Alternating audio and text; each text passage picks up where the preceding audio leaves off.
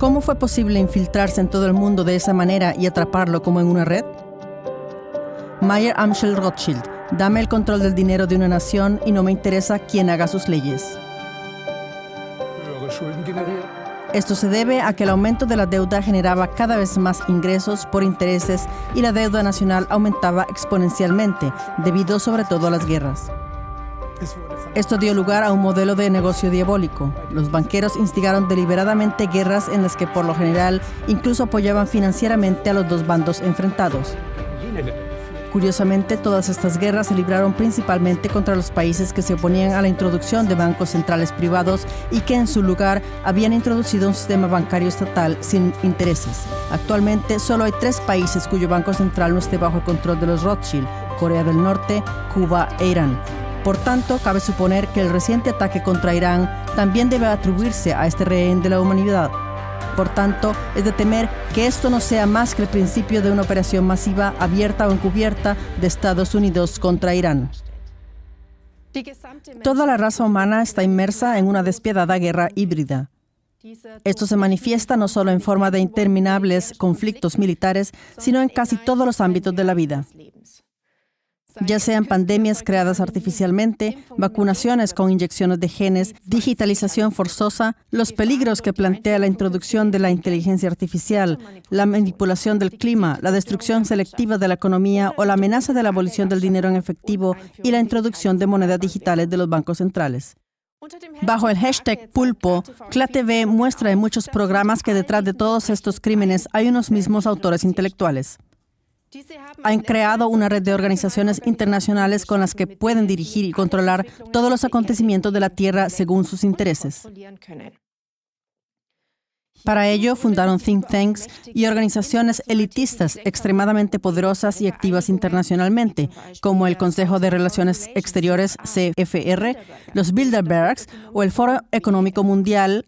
Con la ayuda de estos influyentes centros de poder, se han infiltrado en la política, los medios de comunicación y toda la sociedad a nivel mundial.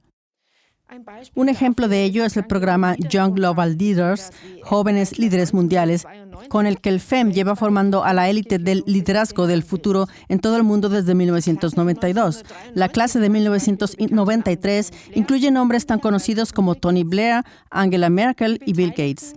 Los implicados proceden de todos los ámbitos de la vida social y los jóvenes líderes mundiales cuentan ya con más de 1.400 miembros de 120 países, lo que demuestra hasta qué punto la infiltración es sistemática y global. Pero ahora surge la pregunta: ¿cómo fue posible infiltrarse de este modo en todo el mundo y atraparlo como en una red? Dado que se necesita una gran cantidad de dinero para fundar y mantener todas estas organizaciones, examinaremos cómo esta élite financiera adquirió su riqueza y en qué se basa su riqueza, siguiendo el principio de seguir el dinero. Stephen Mitford Goodson, antiguo director del Banco de la Reserva de Sudáfrica y por tanto un auténtico conocedor del sistema financiero, ha descubierto una pista sumamente interesante en su meticulosa investigación sobre los orígenes y la historia de los bancos centrales. Llegó a la conclusión de que no solo en nuestra época, sino durante siglos, los banqueros privados han estado librando una guerra despiadada contra la humanidad que ya ha costado la vida a millones de personas. Como resultado, Goodson se convirtió en un firme opositor al sistema mundial de banca central. Publicó sus hallazgos en libros y fue cofundador del partido Ubuntu. Su objetivo era cerrar el Banco Central Sudafricano, el Banco de la Reserva de Sudáfrica, y sustituirlo por un banco popular que concediera préstamos sin intereses. Murió inesperadamente en el hospital, habiendo declarado la noche anterior a su muerte que estaba siendo envenenado. En las siguientes explicaciones, CLATV se basa en las conclusiones más importantes de Stephen Goodson de su libro La historia de los bancos centrales y la esclavización de la humanidad, y las complementa con investigaciones en profundidad. Se explora la cuestión planteada anteriormente de cómo fue posible infiltrarse en el mundo entero de esta manera y capturarlo en una red. También podría llamarse la lucha de los banqueros contra la humanidad. En la primera fase de la guerra de los banqueros contra la humanidad, Inglaterra fue su principal objetivo. Allí, la usura, es decir, el cobro de intereses por dinero prestado, estaba prohibida desde el año 787. Para anular esta ley, financiaron la campaña de Guillermo el Conquistador, que conquistó Inglaterra en 1066 y se sentó en el trono de Inglaterra como Guillermo I. Como resultado, se permitió de nuevo a los banqueros practicar la usura bajo la protección del rey, lo que tuvo consecuencias desastrosas para el pueblo inglés. El famoso economista William Cunningham comparó las actividades de estos banqueros privados en Inglaterra con una esponja que absorbía toda la riqueza del país y obstaculizaba cualquier desarrollo económico.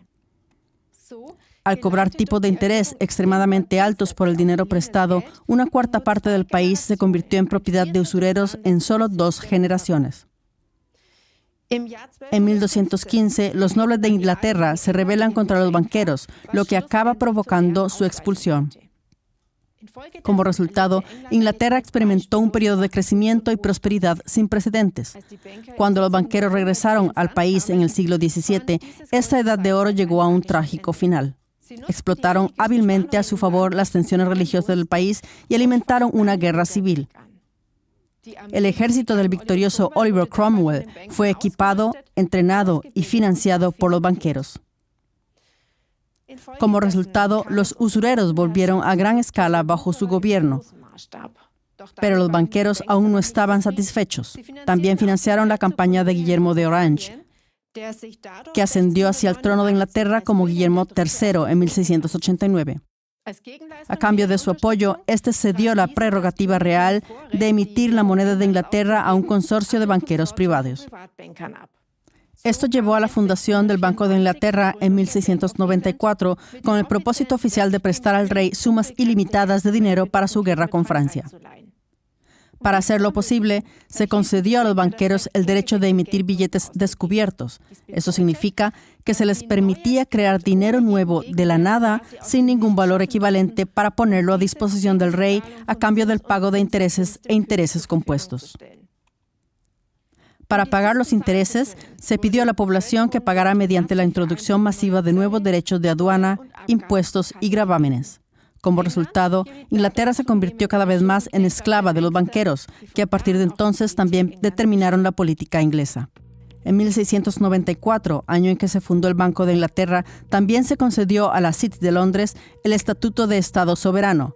La City es un distrito especial en el centro de Londres, que hoy alberga el Banco de Inglaterra, la Bolsa de Londres, Lloyd's of London, todos los bancos británicos, las sucursales de 385 bancos extranjeros y 70 bancos estadounidenses. Es el mayor centro de comercio financiero del mundo y, según el economista profesor Dr. Wolfgang Berger, constituye el eje del carrusel financiero mundial. El Banco de Pagos Internacionales, BPI, el Banco Mundial, el Fondo Monetario Internacional, FMI, y todos los bancos centrales del mundo, es decir, todo el sector financiero, se controlan directa o indirectamente desde allí. Debido a su condición de Estado soberano, la ciudad es un territorio extraterritorial y por tanto no pertenece a Gran Bretaña. Incluso el rey de Inglaterra tiene que registrarse como si estuviera de visita de Estado si quiere entrar en la City londinense. En 1946, el Banco de Inglaterra fue nacionalizado y por lo tanto puesto bajo el control estatal, pero según Stephen Goodson, esto fue puramente con fines propagandísticos. Dado que ciertos aspectos de sus actividades están protegidos por la Carta Real y por tanto no están sujetos a control público, sigue siendo un banco central controlado de forma privada. Enredo masónico. Para comprender el panorama general que se esconde tras este increíble desarrollo, las revelaciones del conocido analista político e historiador Dean Henderson son extremadamente valiosas. Según Henderson, la familia Rothschild y la familia real de Holanda, la Casa de Orange, unieron sus fuerzas a principios del siglo XVII para fundar el primer banco central privado del mundo en 1609.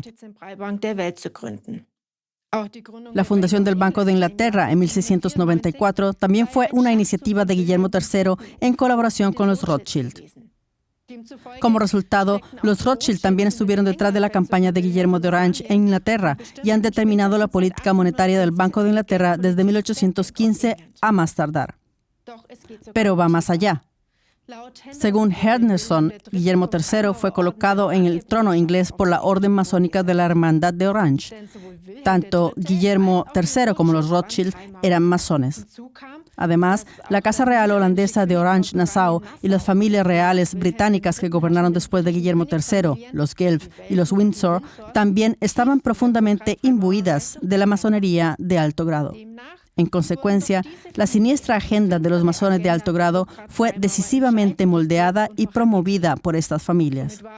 Así, la fundación del Banco de Inglaterra y de la City de Londres fue también un golpe de los masones de alto grado. Por ello, no es de extrañar que la City londinense sea la sede de la masonería en todo el mundo.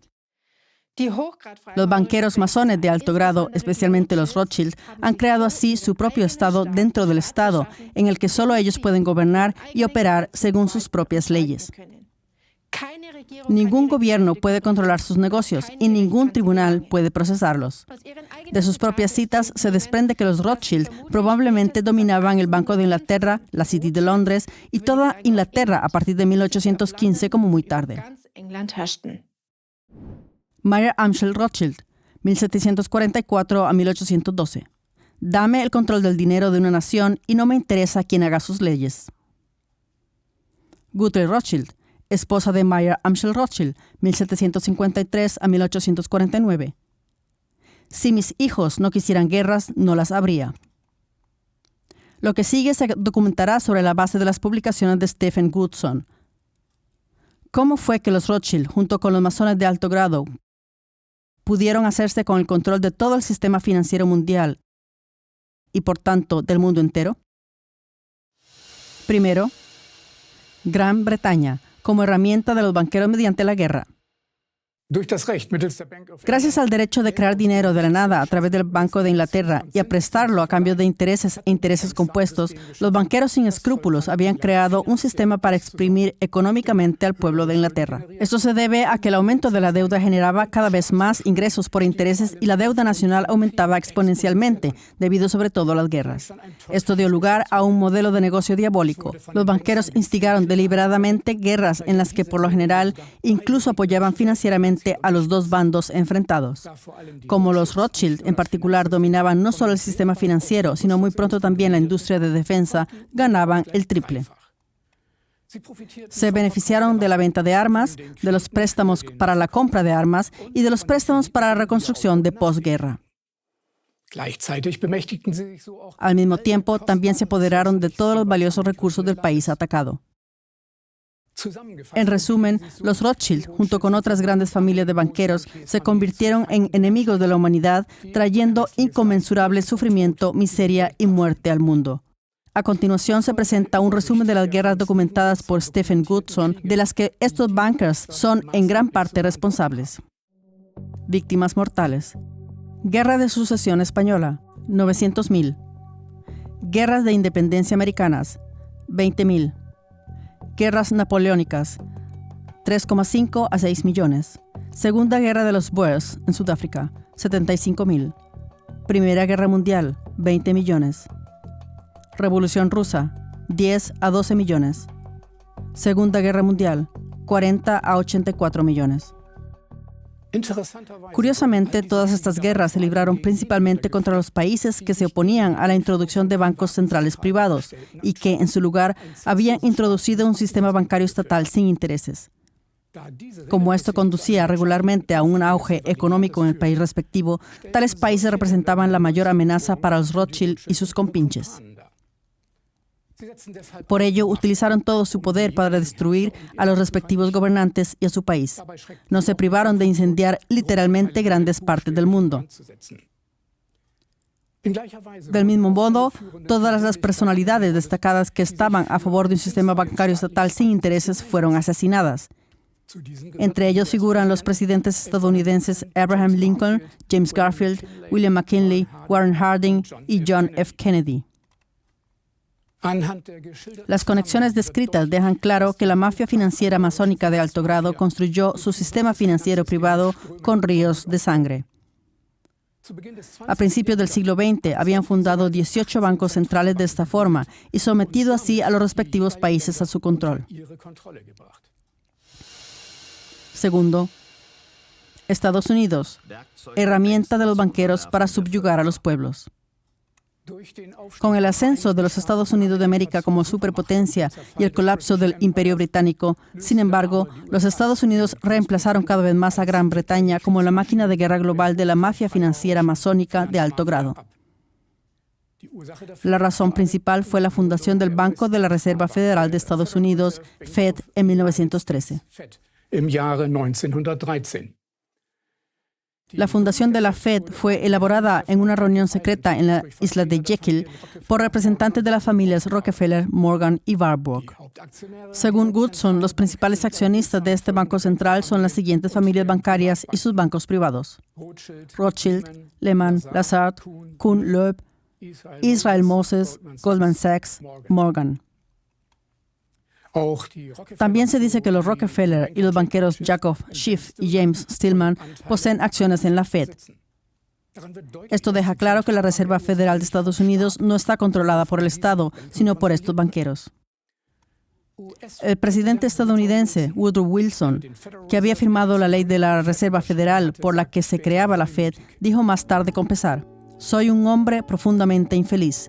He arruinado involuntariamente a mi país. Una gran nación trabajadora está controlada por su sistema crediticio. Nuestro sistema crediticio está concentrado y, por tanto, en manos de unos pocos hombres. Nos hemos convertido en uno de los peores gobiernos, más controlados y dominados de la historia moderna. Ya no es un gobierno de opinión libre, ya no es un gobierno de convicción y elegido por la mayoría, sino un gobierno regido por la opinión y la coacción de unos pocos hombres». Pero esta no es la conexión más profunda. Entre la Guerra Civil estadounidense y el comienzo de la Primera Guerra Mundial, los representantes más importantes del Imperio Británico de los Rothschild en Estados Unidos fueron J.P. Morgan, Abraham Kuhn, Solomon Loeb, Jacob Schiff y los Warburg. Los Rockefeller también debían su ascenso a los Rothschild, la fuerza determinante e impulsora que actuaba entre bastidores. También lo confirma el coronel Elisha Garrison, amigo de los presidentes estadounidenses Wilson y Franklin D. Roosevelt. Roosevelt lo confirma. Escribió: «Paul Warburg es el hombre que concibió la ley de la Reserva Federal, pero el espíritu rector de ambos borradores fue el barón Alfred Rothschild en Londres». Dada esta conexión, no es de extrañar que, según Stephen Goodson, la casa de Rothschild sea actualmente el principal accionista de la Fed, con cerca del 58%. También es extremadamente revelador que todas las figuras clave en la fundación de la Fed, como Rothschild, Rockefeller, Loeb, Warburg y J.P. Morgan, sean miembros de la muy influyente sociedad masónica de peregrinos. Según el autor e historiador Charles Savoy, esta sociedad masónica creó la estructura financiera del mundo y es la organización más poderosa jamás conocida. Por lo tanto, la Fed también puede clasificarse como un centro de la masonería mundial de alto nivel. Como resultado, desde la fundación de la Fed, no solo el monopolio monetario y el control de las finanzas estadounidenses, sino también la política estadounidense ya no están en manos del Estado, sino en manos de los Rothschild y sus compinches. Como queda claro en los siguientes contextos, abusaron de este poder de la misma manera que ya lo habían hecho con Gran Bretaña. Hicieron la guerra contra los pueblos de la tierra. Su claro objetivo era, una vez más, instalar bancos centrales controlados de forma privada en todo el mundo y establecer así un sistema financiero mundial. Su desarrollo despegó realmente tras el final de la Primera Guerra Mundial. En una conferencia celebrada en Génova en 1922, a la que asistieron los jefes de 34 países y numerosos banqueros, se decidió establecer un banco central en todos los países que aún no lo tuvieran. Como era de esperar, el imperio financiero controlado por los Rothschild también incluye participaciones mayoritarias y el control de casi todos los bancos centrales del mundo. Aunque la mayoría de ellos han sido nacionalizados desde entonces, esto no ha cambiado la influencia decisiva de los Rothschild. Al igual que el Banco de Inglaterra, todos ellos tienen una minoría de bloqueo o están protegidos en consecuencia en las respectivas legislaciones nacionales. Actualmente solo hay 3 países cuyo banco central no esté bajo el control de los Rothschild: Corea del Norte, Cuba e Irán. En el año 2000, estos países seguían siendo además Afganistán, Irak, Sudán, Libia y Siria. Los gobiernos de estos países fueron derrocados por la guerra o como resultado de la primavera árabe orquestada por Estados Unidos.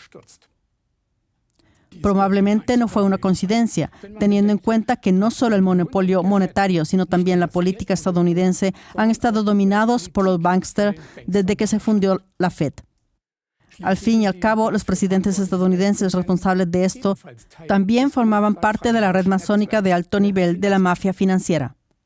George W. Bush es miembro de la organización secreta ocultista Skull and Bones, fundada por instigación de Lord Rothschild, mientras que Barack Obama es masón de alto grado y miembro de la poderosa logia primigenia MAT. La siguiente es una lista de las guerras mediante las cuales fueron derrocados los gobiernos de los países mencionados. Víctimas mortales. Guerra de Afganistán, más de 800,000. Guerra de Irak, 500,000. Guerra de Siria, 500,000. Guerra de Libia, 10 a 40,000. En este contexto, es interesante señalar que el actual presidente de Estados Unidos, Donald Trump, debe su supervivencia financiera a una intervención de los Rothschild. Como es habitual en los tratos con los Rothschild, ahora presumiblemente está pagando sus deudas utilizando el poder de su presidencia al servicio de su voluntad. Por tanto, cabe suponer que el reciente ataque contra Irán también debe atribuirse a esta lacra de la humanidad. Por tanto, es de temer que esto no sea más que el principio de una operación masiva, abierta o encubierta de Estados Unidos contra Irán. En las dos subsecciones anteriores se explicó cómo los masones de alto grado, especialmente los Rothschild, obtuvieron el control de todo el sistema financiero mundial a través de la guerra. La guerra es, por tanto, el medio elegido por la mafia financiera. Llegados a este punto, merece la pena recordar las palabras de Guthrie Rothschild, madre Salomon, Nathan, Carl y James Meyer Rothschild, quien dijo: "Si mis hijos no quisieran guerras, no habría ninguna".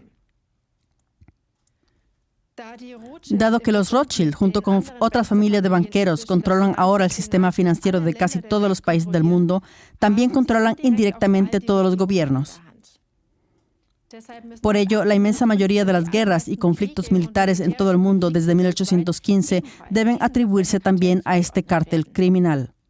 Ninguna de estas guerras podría haberse librado sin su consentimiento o financiación, ya sea la terrible guerra de Vietnam, la guerra de Corea o actualmente la guerra civil en Sudán, en Yemen, la guerra de Ucrania o la guerra de Gaza, en la que todo un pueblo está siendo bombardeado hasta la muerte con la fuerza militar más brutal. Una vez más, es significativo que el gobierno estadounidense y la OTAN estuvieran o sigan estando directa o indirectamente implicados en todas estas guerras. Ambos son centros de control que están firmemente en manos de la mafia financiera masónica de alto grado. Mientras que al principio de las guerras Rothschild se trataba todavía del saqueo y subyugación de los pueblos bajo su sistema de bancos centrales, ahora se trata de mucho más. CLA TV lo mostró, por ejemplo, en el programa Ucrania, Crímenes Estratégicos Globales a la sombra de la guerra. Sin embargo, este aspecto se tratará con mayor profundidad en la parte 2 del programa Bancos Centrales. Conclusión. Realmente hay ríos de sangre en las manos de esta secta masónica de alto grado sin que jamás se les haya pedido cuentas por ello. Una y otra vez, o todavía, consiguen que la gente vaya a la guerra y se mate, mutile y asesine entre sí. Sin embargo, solo han podido hacerlo porque siempre han podido operar desde un segundo plano y aún no se han revelado como los grandes enemigos de la humanidad. Pero ese tiempo ya ha pasado. Toda la humanidad tiene derecho a saber quiénes son los verdaderos responsables de todas estas terribles guerras. No son los rusos, ni los ucranianos, ni los estadounidenses, ni los israelíes, ni los chinos, ni los palestinos. No. Ellos son los que crearon y controlan nuestro sistema monetario y financiero. Por eso no basta con exigir responsabilidades a los individuos, porque eso no elimina la raíz del problema. El sistema de interés compuesto, en el que el dinero se crea de la nada y se presta a interés, es la verdadera razón de todo el sufrimiento. Por eso el mundo entero necesita un sistema financiero nuevo y justo, en el que la creación de dinero vuelva a estar enteramente en manos de estados soberanos y los bancos nacionales vuelvan a conceder sus préstamos sin intereses. Ayúdenos a difundir este programa por todos los canales. La humanidad debe conocer estas conexiones y sobre todo deben impedirse los planes ulteriores de esta secta diabólica. Más sobre esto, como ya se ha mencionado en la parte 2 de la conspiración Rothschild. Aviso importante. CLEA TV señala expresamente que con la mención de las personas, antecedentes y conexiones mencionadas en este programa, no se pretende inducir a error al espectador para que emita un juicio antisemita. Incluso si las personas y los grupos de interés mencionados en este programa actúan bajo la bandera del gobierno israelí y se hacen pasar por judíos, todo espectador debe tener presente que la violencia, independientemente de quién la cometa, no debe dar lugar, en principio, a juicios racistas. Porque a menudo, tras un análisis más detallado, se constata lo siguiente. Las personas que, gracias al periodismo de investigación, pasan a ser objeto de la atención pública, desvían la atención de sus actos violentos, utilizando a su grupo religioso o a su nación como chivo expiatorio o escudo. De este modo, se dirige deliberadamente y de forma injustificada el odio y la violencia resultante hacia la comunidad religiosa o la nación. El hecho de que, en muchos casos, no se trate en absoluto de judíos auténticos o de auténticos seguidores de otras religiones, sino de una ideología luciferina, se expone detalladamente en los programas contra el racismo y la conspiración y El secreto de los obeliscos. Esta documentación también demuestra exactamente esta conexión. In dir und in mir fließt das gleiche Blut. Als Söhne und Väter stehen wir hier. Friede und Freiheit als aller Gut. Ja, dafür leben wir. Nicht Herkunft, nicht Rasse, nicht Religion ist es, was unsere Herzen trennt. Freiheit und Friede ist die Vision für eine lebenswerte Welt. Nun wollt ihr uns hier zwingen, einander grausam umzubringen, wo wir doch in Wahrheit alle Brüder sind. Wir sagen nicht in unserem Namen, wir ziehen nicht in euren Krieg. Wir werden keine Waffe tragen, denn sie führen nie zum Sieg. Wir sagen nicht in unserem Namen, wir ziehen nicht in euren Krieg. Wir werden keine Waffe tragen, denn sie führen nie zum Sieg.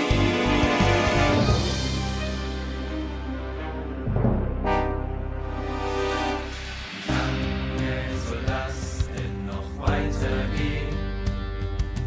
Kriegstreiberei, Macht und Gier. Hört mir die Opfer zum Himmel flehen. Wer stoppt diesen Wahnsinn, wenn nicht wir? Wer Angst, Hass und Wut in den Menschen schürt, ist Kriegstreiber und ein Menschenfeind. Er ist es, der alles ins Verderben führt und jede Menschlichkeit verneint. Wir sagen nicht in unserem Namen, wir ziehen nicht in euren Krieg. Wir werden keine Waffe tragen, denn sie führen nie zum Sieg. Wir sagen nicht in unserem Namen, wir ziehen nicht in euren Krieg. Wir werden keine Waffe tragen, denn sie führen nie zum Sieg. Wir wollen Kindern ihre Väter, schämt euch, ihr seid die Verräter. Ihr Unschuldige zu stark verführt, als moralisch richtig. Die Nation stimmt mit ein, keiner wird euch Macht verleihen. Lasst nur das an euren Händen klebt, wird euch verfolgen, solange ihr lebt. Wir sagen nicht in unserem Namen, wir ziehen nicht in euren Krieg. Wir werden keine Waffe tragen, denn sie führen nie zum Sieg. nicht in unserem Namen. Missbraucht uns nicht für eure Wut. Geschürter Hass ist wie ein Samen. Wir sind nicht eure Teufelsbrut. Wir sagen nicht in unserem Namen. Missbraucht uns nicht für eure Gier. Ihr werdet selbst den Schaden haben, denn mal seid ihr